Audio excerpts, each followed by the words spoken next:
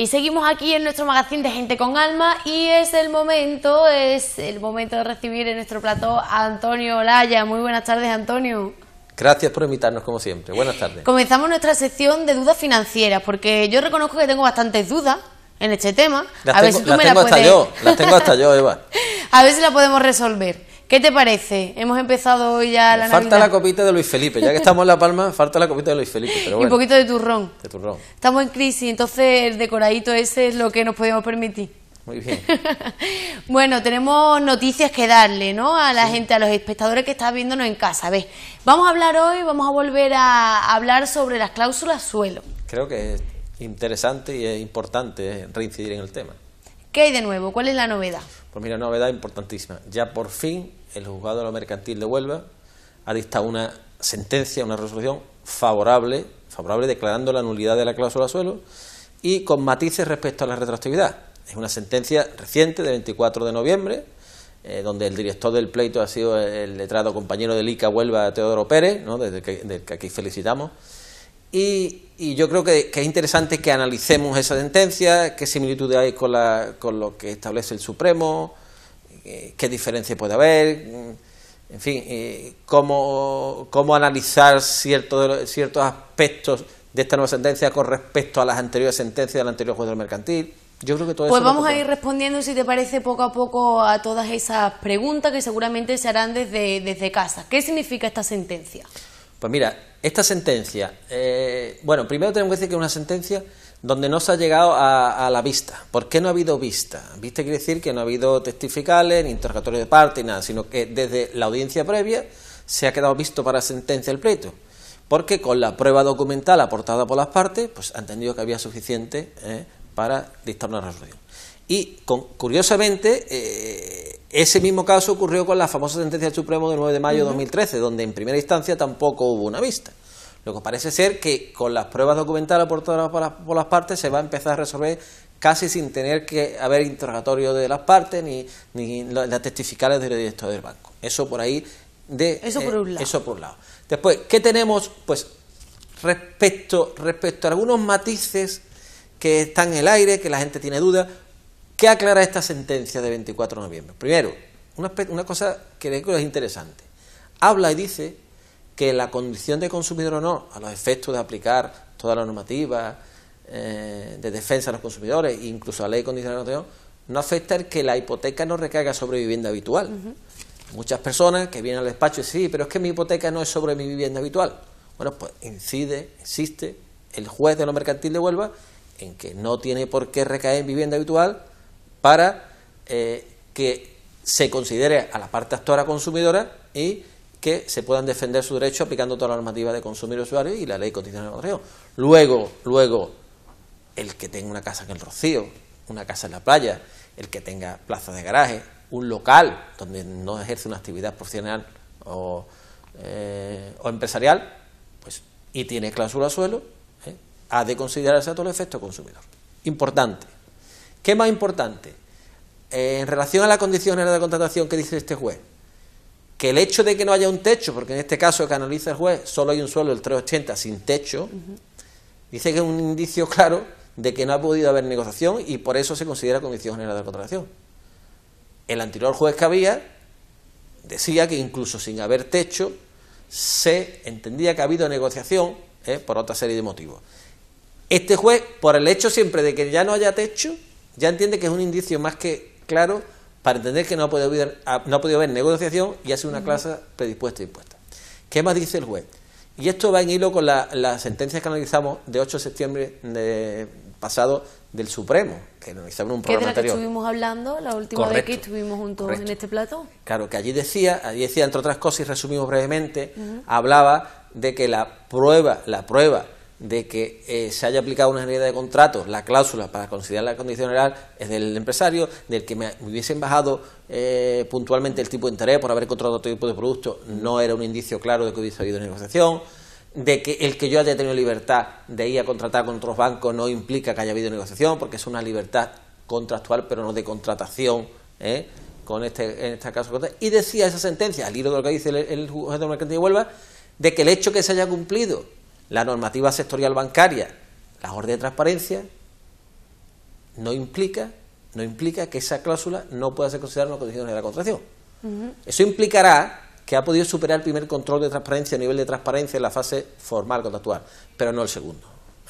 Luego, resumiendo, no tiene por qué ser vivienda habitual la garantía del préstamo hipotecario a efecto de considerar consumidor para poder demandar por la cláusula suelo. El hecho de que no haya techo es un indicio claro de que no ha podido haber negociación a efecto de considerar la cláusula como una condición general de la contratación. El hecho de que se haya cumplido la normativa o se haya tenido en cuenta la normativa sectorial bancaria de las órdenes de transparencia no implica que la cláusula no sea una condición general de la contratación. Y terminando y definitivo, ¿qué dice?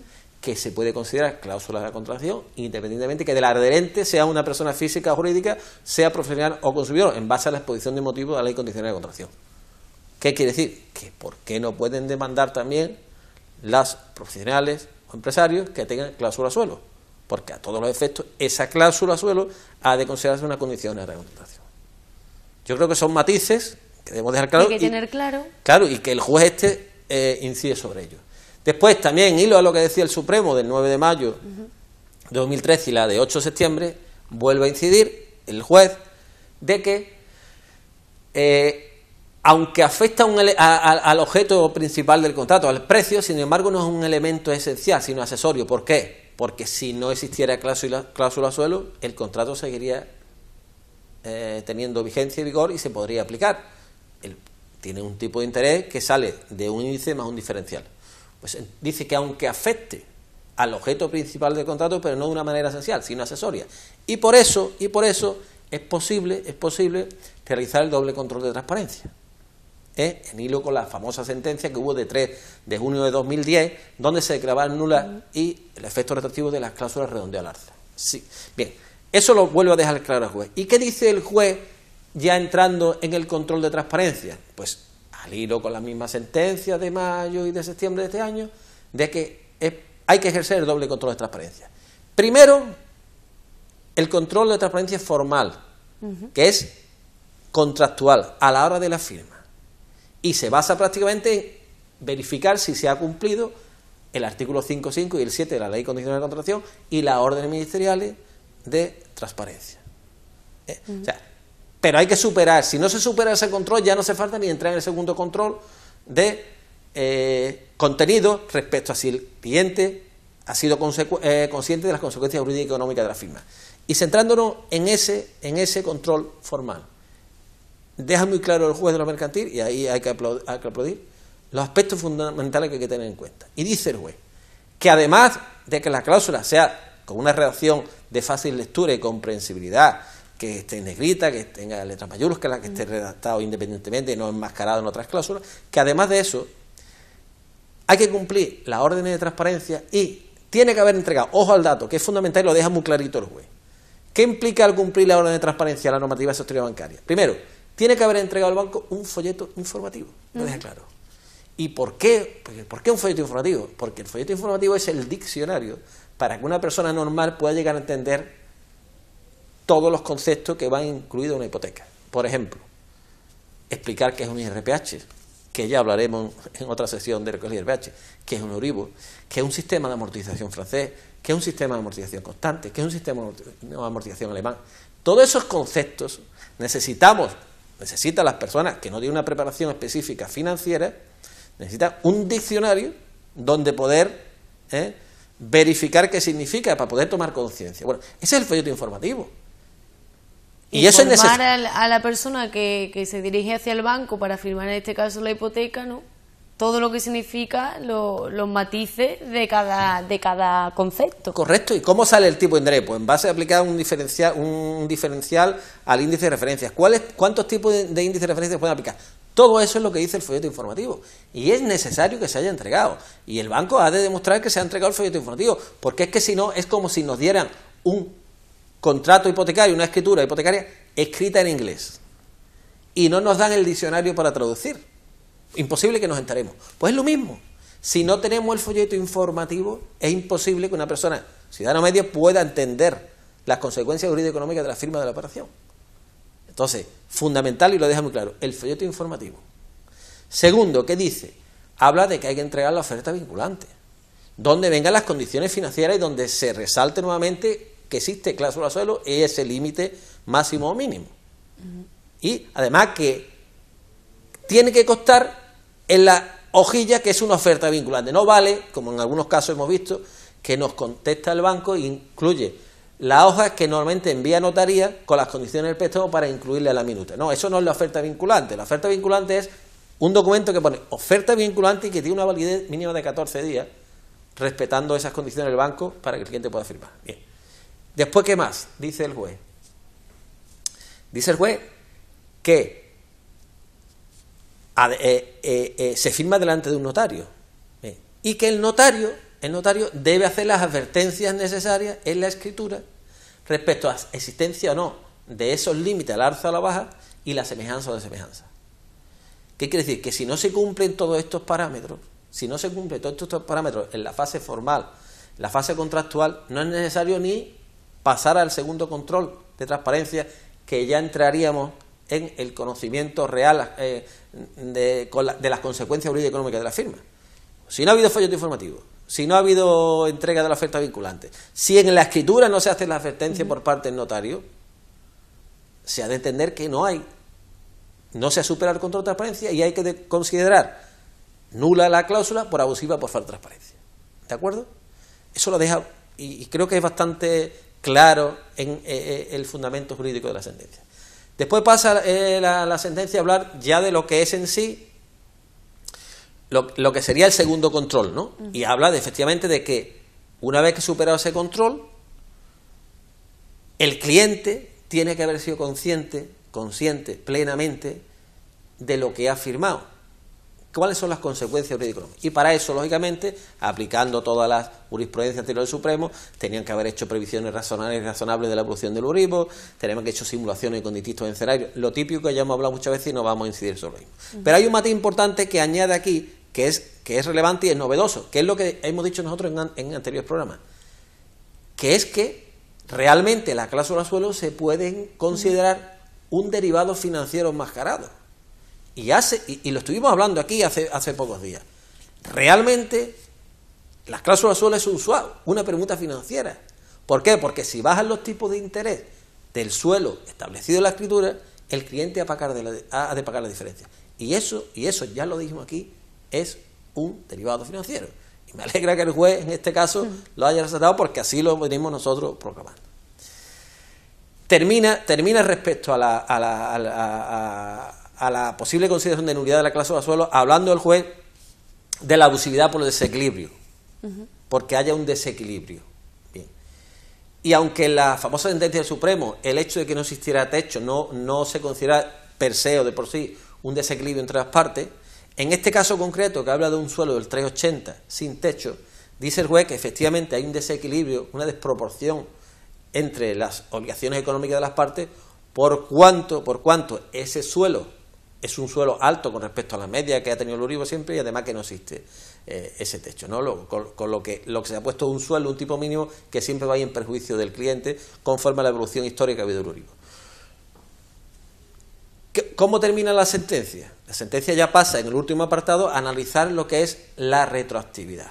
Y aquí yo creo que ya tuvimos un programa entero hablando de la retroactividad y quiero hacer un inciso, porque es lo que un poco, con todos los respetos, no estamos totalmente de acuerdo con la sentencia. Nos queda poquito tiempo, Antonio, así que si te parece vamos resumiendo un poco lo que has dicho y hablando un poquito de esa pincelada, ¿no? De lo que quieres decir al final. Sí, yo creo que es interesante porque aquí es el matiz fundamental. Vamos a ver, siempre venimos defendiendo la retroactividad desde la firma del contrato de hipoteca. ¿Qué ha dicho este juez mercantil? Hombre, con respecto al anterior juez, que no daba ni la nulidad, hemos avanzado. Pero no da la nulidad solo respecto a la famosa sentencia del Supremo de 9 de mayo de 2013. Con lo que en Huelva actualmente, conforme a esta única sentencia que hay, si se gana, si se obtiene resolución favorable declarando la nulidad de la cláusula suelo, solo nos van a dar devoluciones desde mayo de 2013. Y ahí es lo que nosotros, entre comillas, criticamos un poco y exigimos algo más. Exigimos más porque la misma Audiencia Provincial de Huelva, en la famosa sentencia del 21 de marzo de 2014, dio la nulidad total con efectos retroactivos. Es curioso porque el juez en esta sentencia habla de la famosa sentencia de 14 de junio de 2012 caso Banesto, donde decía que una vez que se declare la abusividad nula, una cláusula por abusiva, cuando la adherente es un consumidor, no se puede entregar el contrato, no se puede modificar y la cláusula se va a tener por no puesta. Lo dice, lo recoge. Y además habla del 1303, donde dice, respecto a que, declarada una cláusula nula, han de retrotraerse las actuaciones al inicio y las partes, con efecto retroactivo, deben de recíprocamente de establecer las prestaciones. Sin embargo, al final de la sentencia, dice que a pesar de todo ello, estima que en estos casos de cláusula suelo, solo tendrá efectos retroactivos de la sentencia del Supremo con los mismos argumentos que comentaba aquella sentencia respecto a que puede vulnerar el orden económico del Estado, de que hay un principio del derecho, un principio de seguridad jurídica. Nosotros, sin embargo, entendemos que en no otorgar la retroactividad con efectos retroactivos, o sea, la retroactividad desde el inicio, desde que se firmó la opción, eso sí vulnera el principio de jerarquía normativa y de seguridad jurídica, porque si hay una norma, el 1303, en un código civil, y estamos dentro de una relación civil mercantil, no administrativa, ha de aplicarse la ley. Y no aplicar la ley iría en contra de esa seguridad jurídica. Pero bueno, su señoría estima que solo la retroactividad es de la sentencia del Supremo, y ahí pues tendremos que seguir luchando, habrá que recurrir a la audiencia y a ver qué opina la audiencia provincial. Pues muchísimas gracias, Antonio, por acompañarnos esta tarde. Gracias a ustedes. Nosotros nos vamos un ratito a publicidad y enseguida volvemos.